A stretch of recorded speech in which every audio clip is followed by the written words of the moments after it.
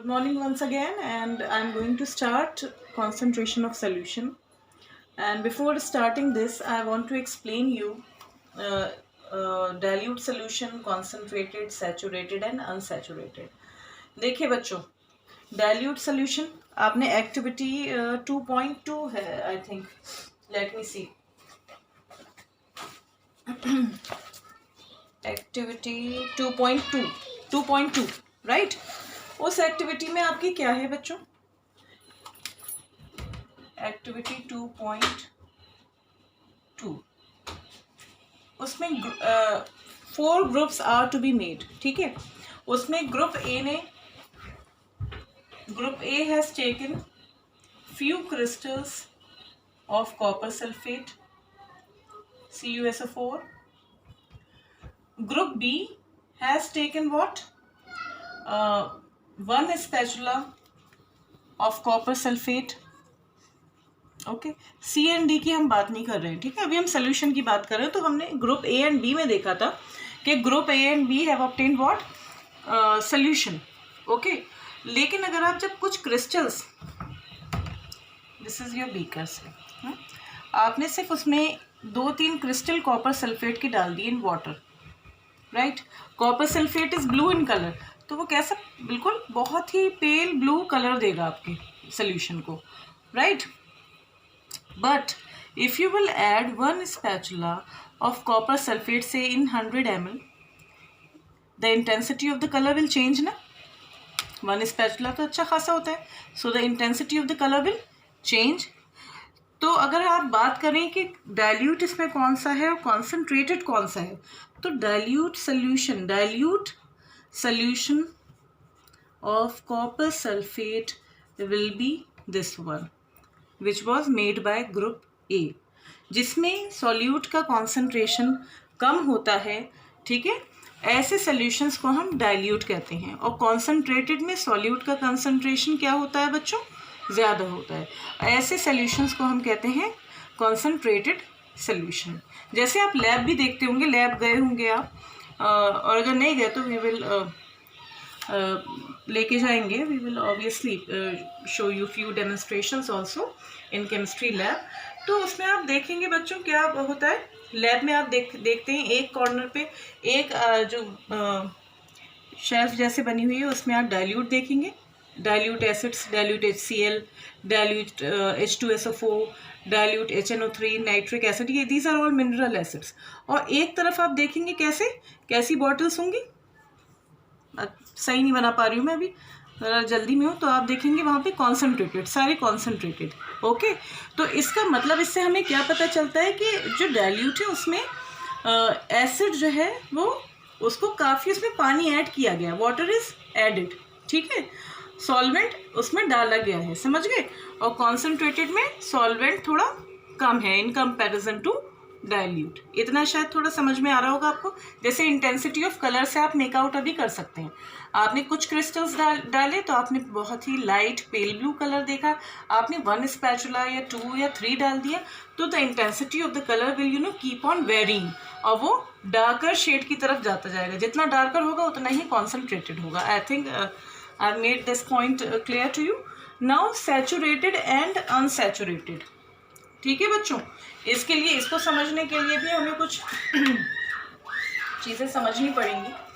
जैसे सपोज करिए आप, दिस इज अ बीकर, ये आप घर में ही कुछ प्रिपेयर कर रहे हैं, राइट. ये सपोज करिए ये ग्लास है और उसमें आपने से शुगर ली, राइट. आपने 1 टीस्पून शुगर डाला. ठीक है, अभी जो भी टेम्परेचर हो रहा है से 40 डिग्री सेल्सियस और उससे बियॉन्ड, अब तो 42-43 हो रहा है आजकल, देख रहे हैं आप. तो आपने क्रिस्टल्स डाले शुगर के वाटर में. सपोज करिए 100 ml वाटर है हमारे पास, 100 ml H2O. Okay, and you are trying to dissolve crystals of sugar. So वो आप देखेंगे sugar crystals easily readily dissolve, है ना. अब आपने उसमें और डाल दिया, 3 टीस्पून और डाल दिए, 4 टीस्पून और डाल दिए, तो you will find that the sugar which was earlier dissolving readily, बहुत ईजिली डिजॉल्व हो रही थी, now it has started dissolving at a slow rate.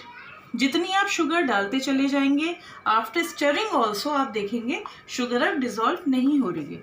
तो आप देखते हैं हर सॉल्यूट का, ठीक है, एक पर्टिकुलर सॉल्वेंट में एक उसके स्पेसिफिक अमाउंट आप जो है ऐड उसमें डिजॉल्व करा सकते हैं। समझ रहे हैं?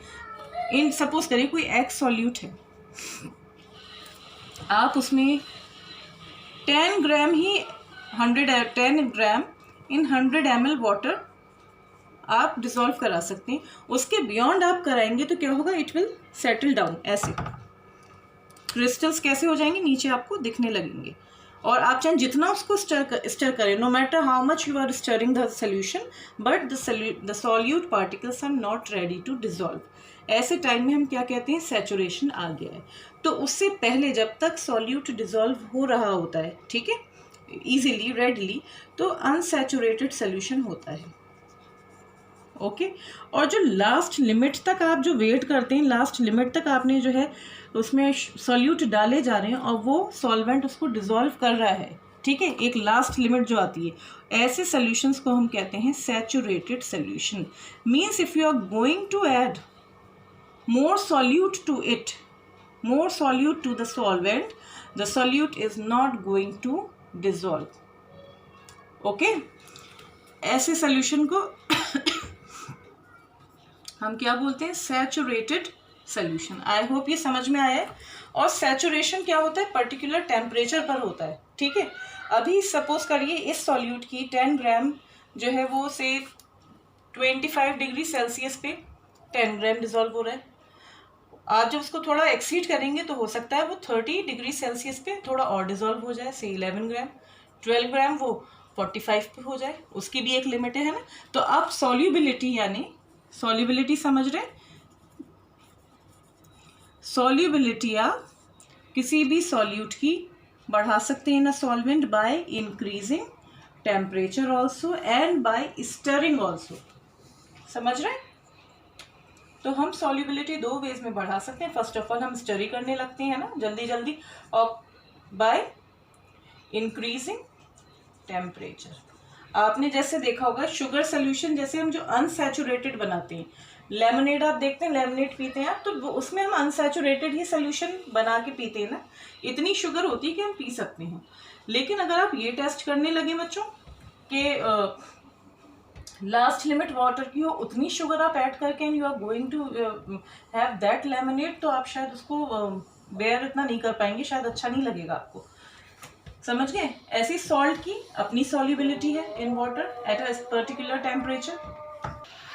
So how can we define unsaturated and saturated, for which I have written definition, right? If a solution contains less solute than the maximum that it can dissolve at a given temperature, then the solution is said to be unsaturated, right? And saturated solution is the one which contains the maximum amount of solute. Okay, maximum amount of solute dissolved in a given quantity of the solvent at the given temperature. It is said to be a saturated solution. I hope that it will be more clear by this example that I am going to give you is of NaCl. See, sodium chloride. Sodium chloride, all of you will be familiar with. Earlier also we have used it many times. So NaCl, right? Its solubility in water. Okay, it shows the maximum amount of NaCl that can be dissolved in 100 ml water at 293 Kelvin is what? 36 gram. Okay, means at this temperature at 293 Kelvin you can dissolve to the maximum of 36 gram of NaCl in how much water? 100 ml. इतने पानी में आप इतना से 36 ग्राम आप dissolve कर सकते हैं टू द मैक्सिमम, जब टेम्परेचर कितना होगा? 293। यानी ये आपको क्या बता रहा है कि सैचुरेटेड सोल्यूशन इस केस में बन रहा है at what temperature? 293, which you know is equal to almost 20 degree Celsius. ये तो आप जानते ही होंगे, we have learned conversions also. तो ये 20 डिग्री सेल्सियस के अराउंड है। तो सैचुरेटेड आपको बच्चों समझ में आ गया होगा। अब अनसैचुरेटेड मैं आपको कैसे बताती हूँ। अगर आपने सपोज करिए आपने 15 ग्राम आपने डिसॉल्व किया, 15 gram of NaCl in 100 ml water, तो what does it mean? It means that अभी आपने सोल्यूशन कैसा है आपका, it is unsaturated, it is still unsaturated, right? Means there are chances of dissolution of NaCl. More NaCl could be added at this point of time when the temperature is what, 293 Kelvin. You can dissolve even more NaCl to the solvent which is water here. ठीक है, अब आपका 15 है तो आपके पास कितना और heavy dissolve कर सकते हैं आप माइनस कर दीजिए, 36 माइनस 15,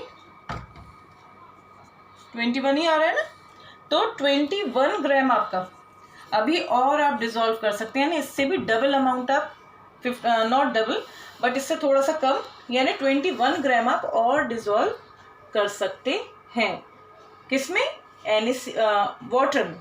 तो तब जाके आपका क्या बनेगा, सैचुरेटेड सोल्यूशन। ओके, और आप अगर और डिसॉल्व कराना चाहते हैं, you can change saturated to unsaturated also by one more way, by increasing temperature. अगर आपने टेम्परेचर थोड़ा सा बढ़ा दिया तो you will find that the solubility will increase to some extent.